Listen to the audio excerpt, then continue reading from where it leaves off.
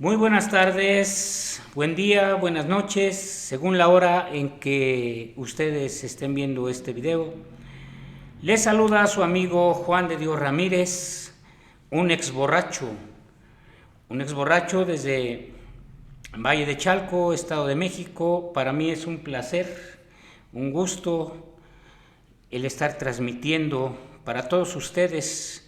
Yo quiero mandar saludos a todos mis suscriptores. Reciban un saludo muy afectuoso de su amigo Juan de Dios. No los menciono a todos porque no quiero que nadie se quede sin ese saludo. En algunos países que ven mis audios, que ven mis videos, reciban muchos saludos de su amigo Juan de Dios. A los grupos de Puebla, los grupos del Estado de México, los grupos de México, de Monterrey, reciban muchos saludos. Para comunicarse conmigo pueden mandarme mensaje por WhatsApp, yo se los contesto a la brevedad. Pueden darme algunas sugerencias para seguir haciendo estos trabajos. Les recuerdo, compartan estos videos, suscríbanse y sobre todo denle like para que sigan permitiéndome trabajar en este canal, que es el canal de ustedes, de su amigo Juan de Dios Ramírez. Hoy voy a hablar sobre la tabla de alcoholomanía. La tabla de alcoholomanía que escribió un doctor llamado o apellidado Jelinek. Nueva versión de la tabla de alcoholomanía del doctor Jelinek. Es bien importante. Mire, yo cuando empecé a beber, yo entré casi directo a la fase crítica. No hubo, ¿cómo se llama? De que me tomaba una copita, una cerveza, no. Para mí el empezar a beber fue ponerme una borrachera y de ahí seguir y ponerme otra. Entonces yo lo he manifestado cuando he platicado con ustedes en otros videos. Empecé pues siendo un niño a beber, y mi carrera también terminó pues muy rápido, pero con unas consecuencias tremendas. Voy a leerle algunos párrafos del folleto de la nueva versión de la tabla de alcoholomanía del doctor Jelinek. Este folletito hace muchísimos años, yo lo compré en la oficina intergrupal del sureste de Alcohólicos Anónimos. Y dice: este folleto no persigue fines lucrativos ni busca alteraciones, etcétera. Entonces le voy a leer la introducción que dice: el doctor Elvin Morton Jelinek fue encargado por la Organización Mundial de la Salud para hacer una investigación científica en más de 2,000 alcohólicos, conociendo sus historias individuales de tal manera que pudo seguir paso a paso el curso de la enfermedad en cada uno de ellos. El orden en que están colocadas las barreras de la gráfica aparece en las páginas centrales de este folleto. No quiere decir que forzosamente así se dé en todos los casos. Tampoco es forzoso para pasar por todas las barreras para considerarse alcohólico. De lo que sí estamos seguros es de que al terminar las carreras alcohólicas se han presentado todas o casi todas las barreras, y algunas más que seguramente para el mencionado doctor pasaron inadvertidas, debido al reducido número de muestras o de aquellos alcohólicos encuestados que no hayan sido del todo sinceros en sus respuestas. Empezaremos por describir en términos generales qué es el alcoholismo. Ya la mayoría de la gente lo sabe, de los alcohólicos. Algunos no saben los problemas del alcoholismo, las consecuencias. El alcoholismo es una enfermedad psicosomática, física y mental que se caracteriza por una compulsión orgánica hacia las bebidas alcohólicas, acompañada de una obsesión mental por las mismas, con la agravante principal de que el alcohólico no puede controlar por mucho tiempo el número de copas que piensa beber y termina siempre en una borrachera cuando no era ese su propósito. es elemento preponderante en el desarrollo de la enfermedad alcohólica, que se dan dos factores básicos. O sea, ¿por qué empieza uno a beber? Según la ciencia médica, la susceptibilidad orgánica hacia la bebida. Esto quiere decir que el organismo del presunto enfermo viene preparado para tolerar el alcohol y habituarse a él. La susceptibilidad emocional. Si un individuo ha nacido alcohólico, es decir, si nace con la predisposición al alcoholismo, solamente le falta tener problemas emocionales para tocar el punto de arranque de la más triste de las enfermedades. Yo en algunos videos que he hecho, los pueden buscar, he hablado en términos espirituales de que el alcoholismo se da también por la vía de herencia o por la vía de maldición. Nuestro enfermo no resiste el dolor moral, vive la ansiedad, la cual no puede controlar en una forma lógica y consciente. Naturalmente, esta forma crece hasta convertirse en angustia. Así, descontrolado emocionalmente, el individuo bebe la primera copa y se inicia una carrera que dura un promedio de 25 años. En las mujeres, las barreras se presentan más rápidamente y la ruina se produce con mayor celeridad en los hombres. Las fases del alcoholismo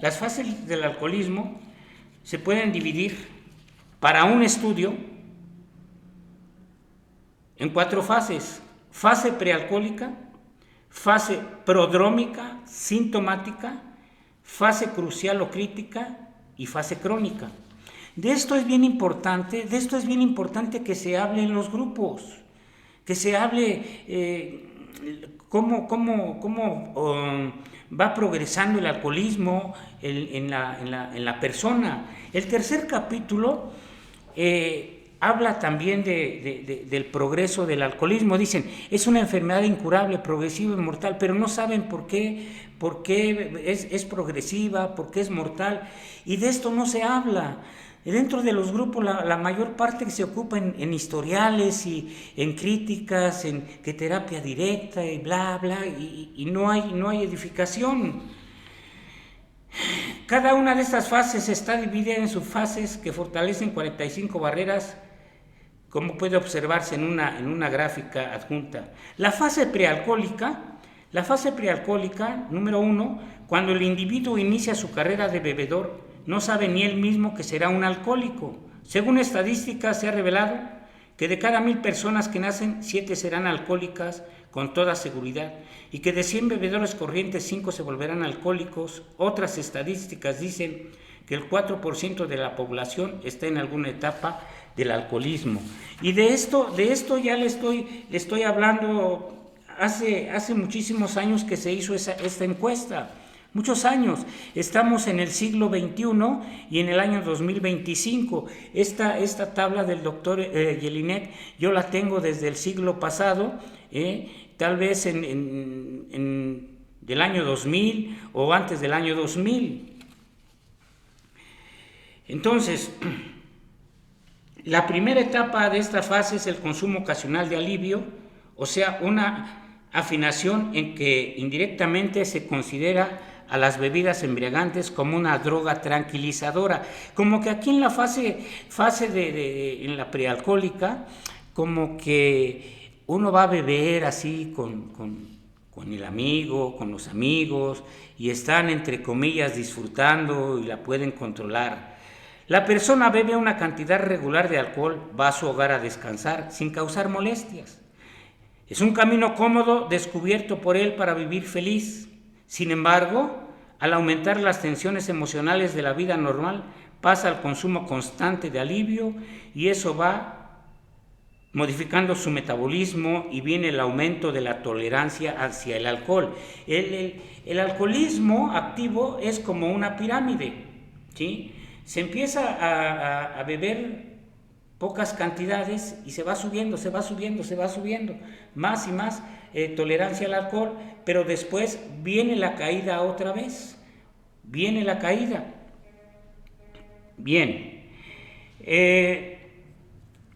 dicen, quiere cada día mayor cantidad de alcohol y siente el mismo efecto que tiempo atrás le proporcionaba 1 o 2 copitas.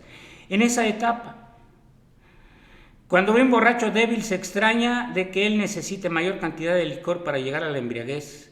Está convencido de que cada día aprende más a beber, porque ya tolera más alcohol, dice, ya estoy aprendiendo a beber, aguanto más. No sé si usted se acuerde que un día dijo, yo ya aguanto hasta 1 litro de tequila me he tomado, pensando que eso era bueno, pensando que eso era lo que verdaderamente nos interesaba, el aguantar más. ¿Va tolerando uno más alcohol? Ciertamente. Eso es en la fase alcohólica. No le estoy leyendo todo, son párrafos que resaltan más y se los leo. La fase prodrómica, fase prealcohólica y fase prodrómica sintomática.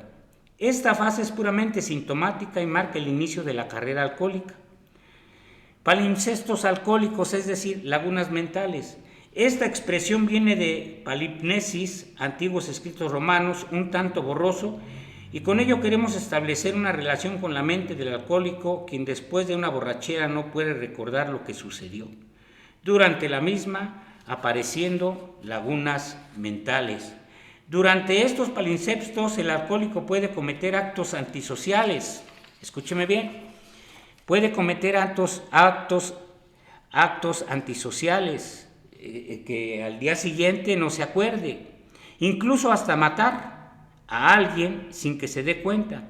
Aquello queda olvidado por completo, aunque en el momento de sufrir estas lagunas aparenta la más completa lucidez y control de sus movimientos psicomotrices. Es decir, yo padecí mucho las lagunas mentales, el estar actuando normalmente, aparentemente, normalmente, la gente lo ve a uno actuando normalmente, pero uno no sabe lo que está haciendo y mucho menos al otro día después de la borrachera se va a acordar. Cuando los palimpsestos son frecuentes y de gran duración producen deterioros irreparables en el tejido nervioso, lo cual puede comprobarse en las autopsias hechas a alcohólicos crónicos cuyo cerebro se encuentra totalmente endematizado, es decir, hinchado, la sustancia blanca desgregada y la gris completamente disforme en sus ramificaciones. No solo los palimpsestos producen la muerte de las neuronas, sino también toxicidad del alcohol absorbido por las células, la fatiga causada por el desvelo, la falta de alimentación adecuada, el uso de barbitúricos, etc. Luego viene el consumo subreptico. El alcohólico trata de ocultar al principio de su carrera ante las demás personas que el beber más de lo normal, pero ante el irresistible deseo de beber tiene que hacerlo a escondidas. Cuando va a alguna fiesta, reunión social, se da cuenta el alcohólico que si bebiera descaradamente la gente no lo comprendería, porque él se siente distinto a los demás. En algún momento de mi vida, cuando yo ya estaba bebiendo más, yo tendría unos 14 años, yo estaba borracho y veía adolescentes de mi edad jugando fútbol en la calle, y yo parado en un poste viéndolos jugar, y yo me acuerdo perfectamente que yo mismo me hacía la pregunta, ¿por qué no puedo ser como ellos? ¿Por qué no puedo ser como ellos? ¿Por qué no puedo estar jugando como ellos? ¿Por qué tengo que ser así? Y se lo estoy diciendo porque me acuerdo perfectamente, le estoy hablando de cuando yo tenía 13 o 14 años. Otra es, en esta fase, preocupación por el alcohol. El alcohólico se preocupa por la fiesta que está invitado dentro de 15 días. Piensa en lo alegre que estará rodeado de sus amigos ingiriendo licor. Le preocupa también que en el bautizo de su hijo probablemente no tenga el suficiente licor. Es decir, se empieza a preocupar por el alcohol, pero a preocupar en el sentido de que, ¿y si va a haber alcohol? ¿Y si me van a dar para tomar o me van a limitar? ¿Ve? Entonces, siempre era oye, te invito a una fiesta, ¿y va a haber de tomar? No va a haber, entonces no voy. O, en su defecto, por si acaso, yo llevo mi botella escondida. Una de a medio, de un cuarto, una anforita, lo que sea, yo la llevo escondida por si me hace falta y no quedarme con las ganas. Otro síntoma de esta fase, consumo ávido. la sed por el alcohol va en aumento y se le hace imperativo tomar de un solo trago la primera copa servida corrientemente y pide otro trago puro al principio, conviniendo que éste sea de regular tamaño para que éste despierte el calor físico y el termómetro emocional de la alegría. Para que también se sienta estimulado. Después de este consumo ávido, puede beber de una manera moderada, pero se mantiene con el deseo de beber más. Es decir, mientras éramos 3, por ejemplo, nos servían igual a todos, y ni siquiera era salud. Yo agarraba el vaso y me lo tomaba de un trago y los demás nada más se me quedaban viendo. Y luego decía, bueno, sírveme otra igual me la volví a tomar de un trago así. Me decían, oye, espérate, es para todos y no se va a acabar. Otra evidencia, sensaciones de culpa por su comportamiento de bebedor. Se comienza a dar cuenta vagamente de que bebe más de lo normal y que sus valores morales van disminuyendo. Observa los primeros desarreglos de su hogar y las consecuencias de las primeras faltas cometidas. Todo ello ahonda en su psiquismo y empieza a sentirse culpable con pena y molestia interna. Todos estos estados los ahoga con alcohol. Aquí ya se siente culpable, empieza a sentir que todo lo que sucede alrededor de su hogar es por culpa de él. En mi caso, yo no era casado, pero yo sentía que los problemas que sucedían entre mi mamá y mi papá, entre mis hermanos y mi papá y mi mamá, eran culpa mía. Yo me sentía culpable, yo sentía que todo eso yo lo provocaba, aunque no fuera cierto, pero yo lo sentía. Y también otra evidencia es que evita toda referencia al alcohol. No le agrada que le llamen alcohólico, no le agrada que le llamen borracho. Es un tomador, porque lo toma como insulto. Si los familiares y amigos en sus pláticas cotidianas se refieren a la conducta desordenada de los alcohólicos en general, prefiere no oír dichas conversaciones, porque piensa que lo hacen por referirse a él de una manera indirecta. Si se le ataca indirectamente, responde en forma evasiva argumentando que él no tiene problemas con la bebida y que se comporta como cualquier bebedor social que bebe con la única finalidad de disfrutar de un rato de alegría.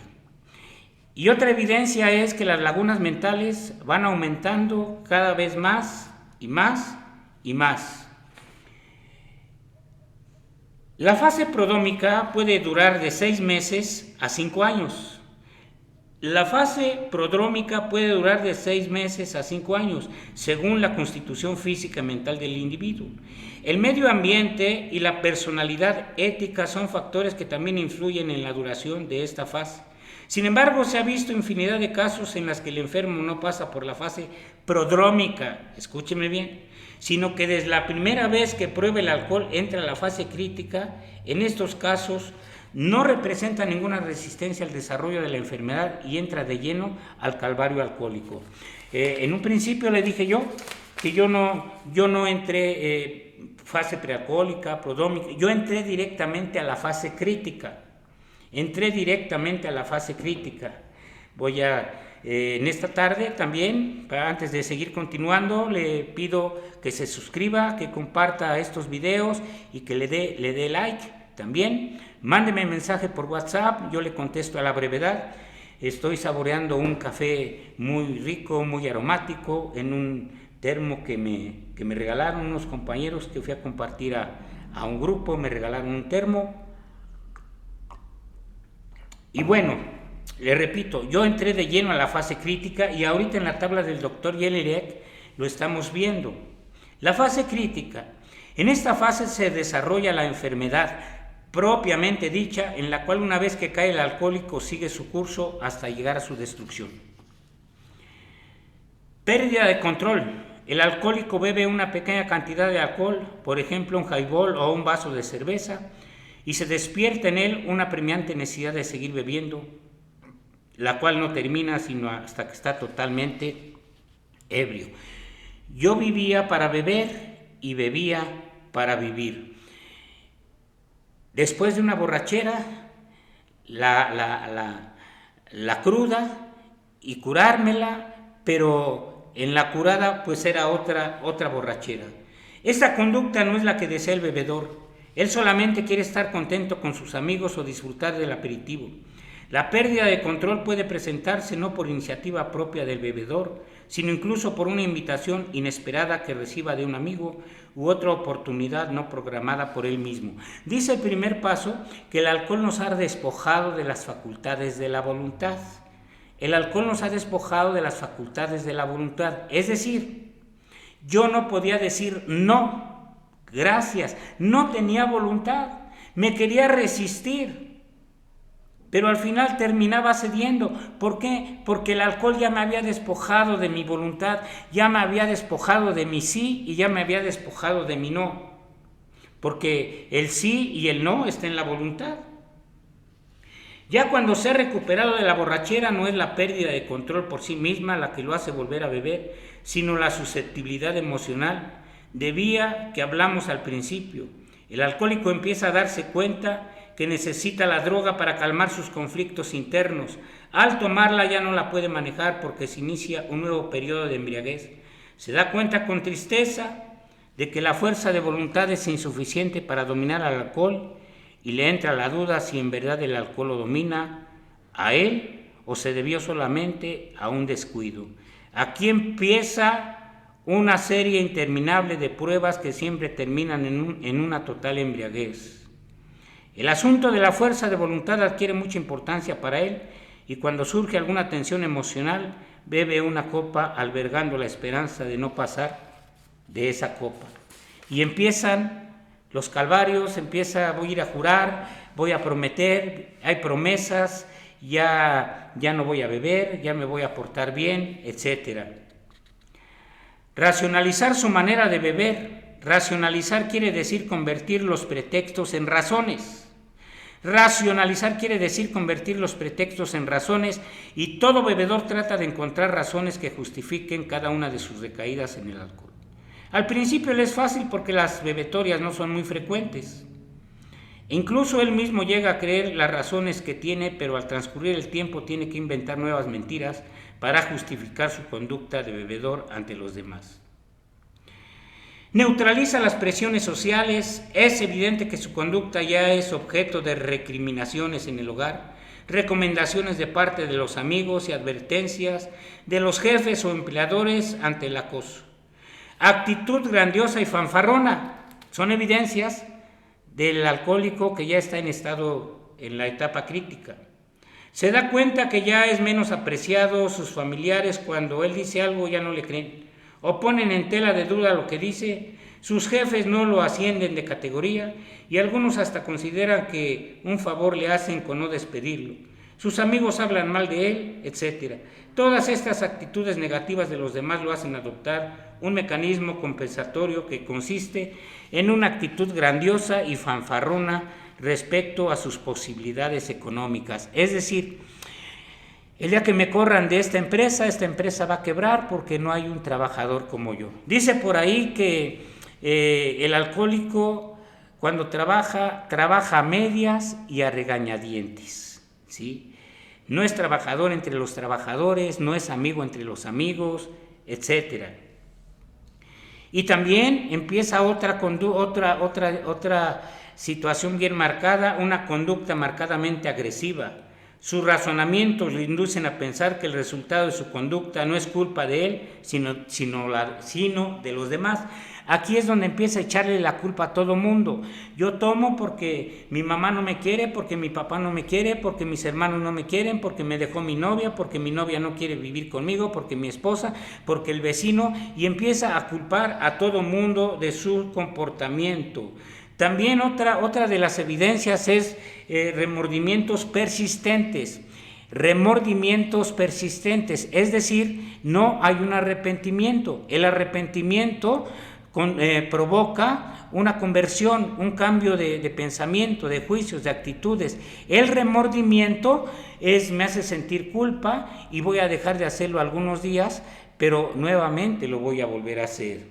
El alcohólico se da cuenta de que su conducta ha cambiado de una manera notoria y que ha hecho mucho daño por su manera de beber. Además observa cómo su potencial energético, físico y mental va en bancarrota. Esto naturalmente solo lo reconoce para sí mismo y le produce un remordimiento persistente, el cual lo hace reflexionar positivamente, haciendo probablemente su último examen de conciencia, porque más tarde esa conciencia, aunque la tenga, no le servirá absolutamente de nada.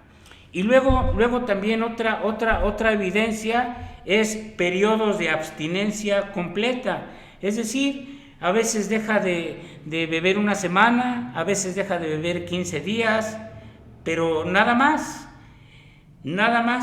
El remordimiento y las presiones sociales lo hacen reflexionar diciendo que va a demostrar que tiene la fuerza de voluntad y deja de beber durante cortos o largos periodos, pero tarde o temprano vuelve a caer en manos de su amo, el alcohol. En el remoto caso de que lograra conservar su abstinencia, su vida emocional se convertirá en un infierno debido a que las tensiones no tienen ningún escape porque el enfermo está usando el mecanismo de represión, mismos que pueden causarle trastornos psicosomáticos. También otra actitud de la fase crítica es modifica sus hábitos de beber y se da cuenta que es imposible prescindir del alcohol y empieza a formarse la idea de que su fracaso en la bebida se debe a que no ha usado los licores adecuados.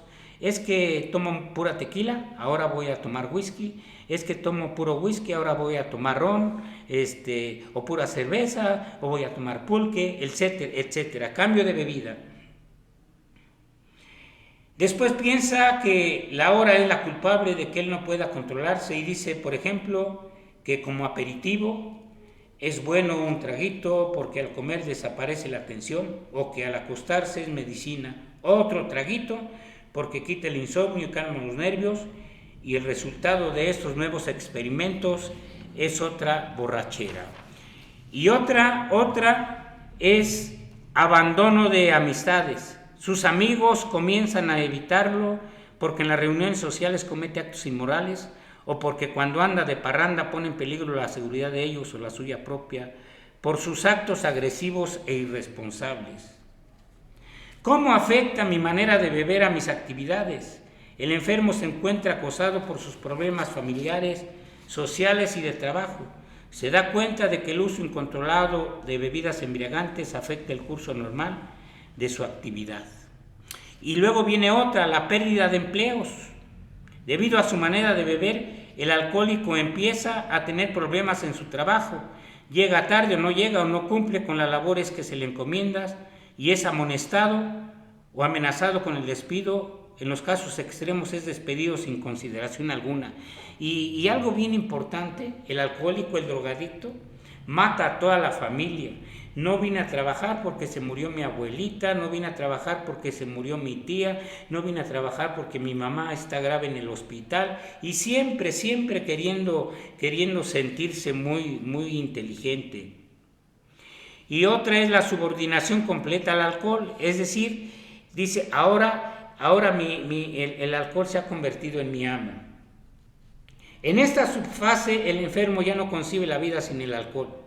Se establece una completa dependencia psicosomática, ahora le interesa contestar otro tipo de pregunta. Es decir, ya no se bebe por hábito, nada más aquí en esta etapa, ahora se bebe por necesidad, es decir, necesito un trago porque siento que me muero, siento que me voy a quedar loco.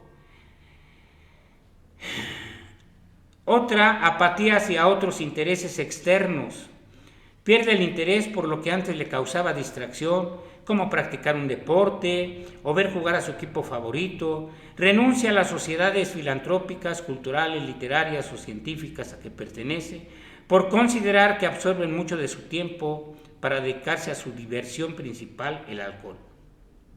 Se dice que la enfermedad alcohólica es incurable, progresiva e insidiosa por las siguientes razones.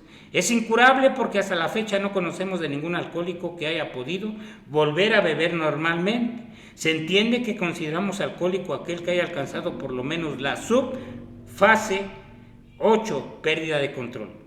Es progresiva porque hasta la fecha no sabemos de ningún alcohólico que habiendo alcanzado cierta subfase se estacione en ella por voluntad propia y diga, de aquí no paso, y lo cumpla bebiendo.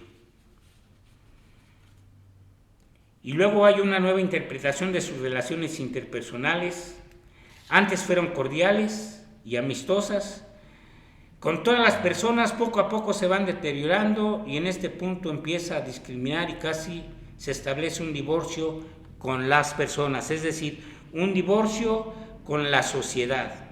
Y luego viene otra, una marcada conmiseración de sí mismo. Esto le sucede al enfermo de tantas frustraciones y hostilidades que padece.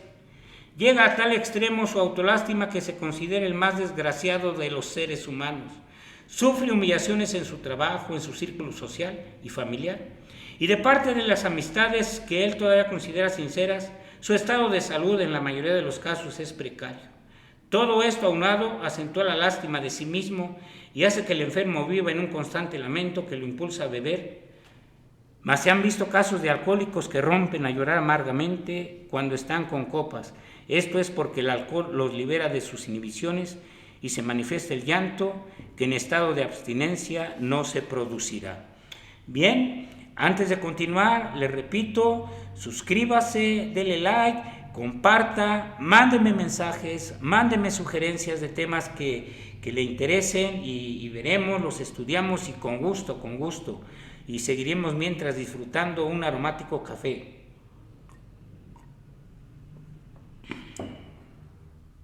También en esta fase crítica vienen las fugas geográficas de un estado a otro, etcétera, cambios de costumbres familiares, la familia del alcohólico que antes que él fuera un problema llevaba una vida social activa, ahora se siente retraída y rehúye las reuniones debido al bochorno y a la vergüenza que se siente de tener un familiar que según ellos es un vicioso degenerado, que por voluntad propia se comporte de esa manera, pueda suceder lo contrario. Es decir, la familia antes puede llevar una vida retraída, pero evadiendo los momentos dolorosos que en el hogar del alcohólico prefiere iniciar una vida social activa. Es decir, la familia se avergüenza del alcohólico.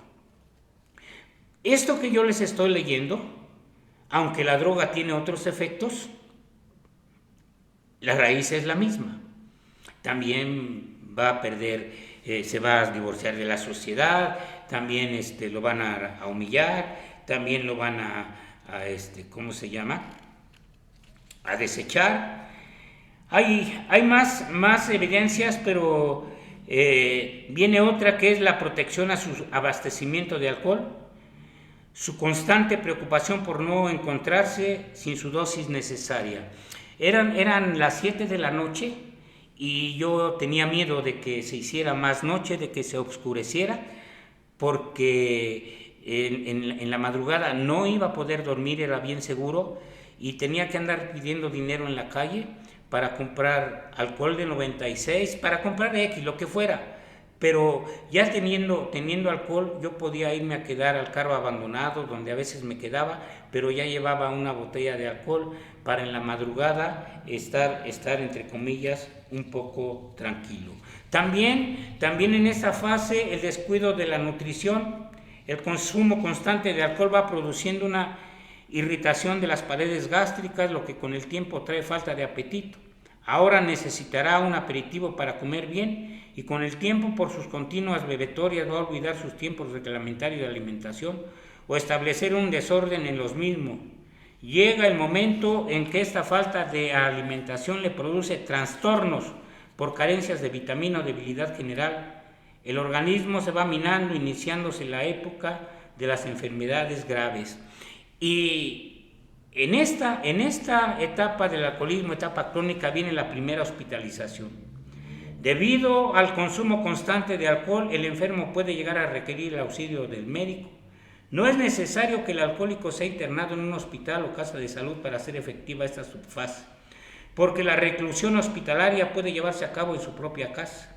El motivo de esta hospitalización puede ser desde una simple intoxicación hasta la más grave de las enfermedades físicas y mentales, desencadenadas por el alcohol. Conforme las recaídas van sucediendo, las hospitalizaciones o tratamientos médicos se hacen necesarios con mayor regularidad.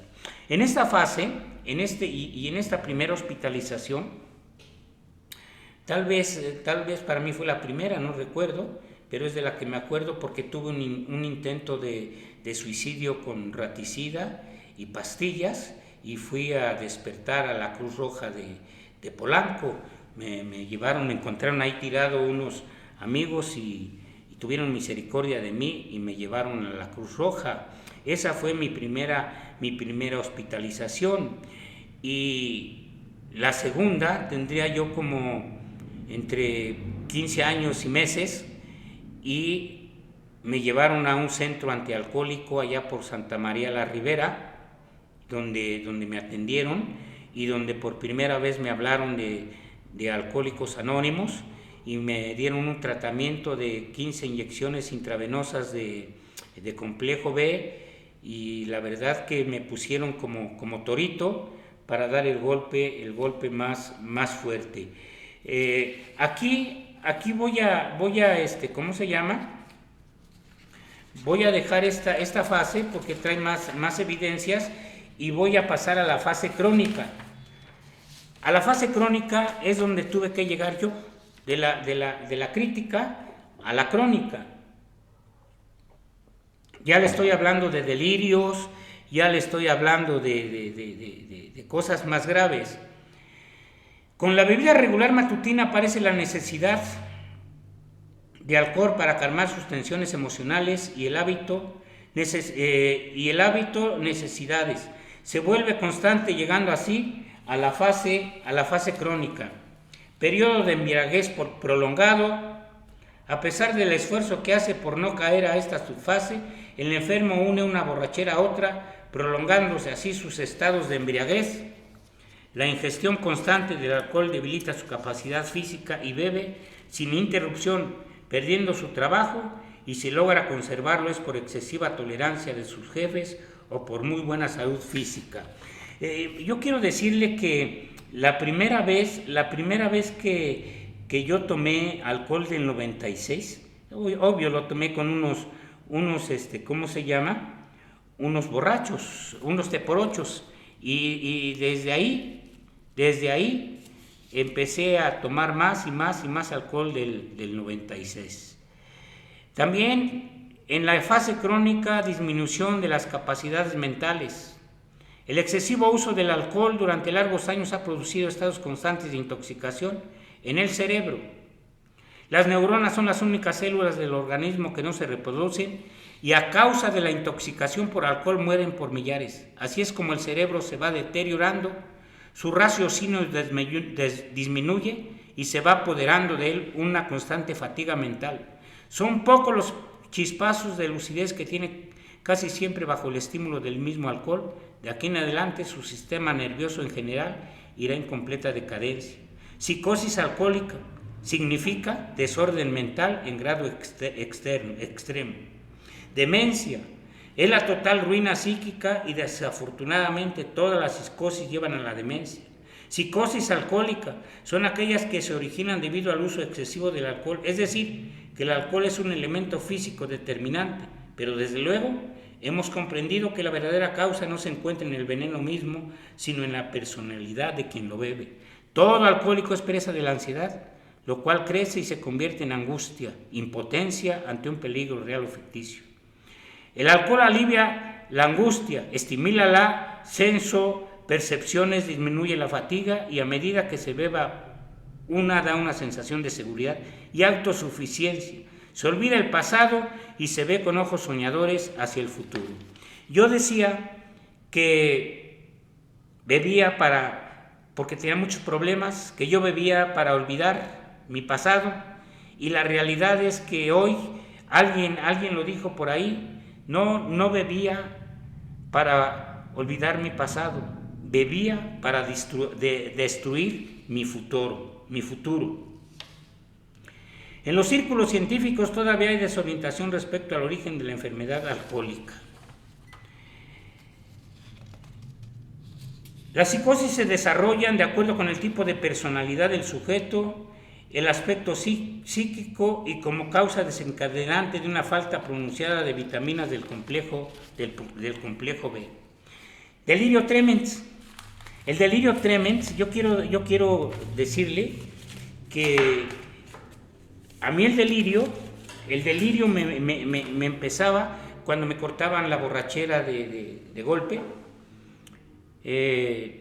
Decían, o dice aquí mismo, que cuando ya la enfermedad está muy avanzada, el delirio te puede dar a unas horas de haber dejado de beber o al siguiente día.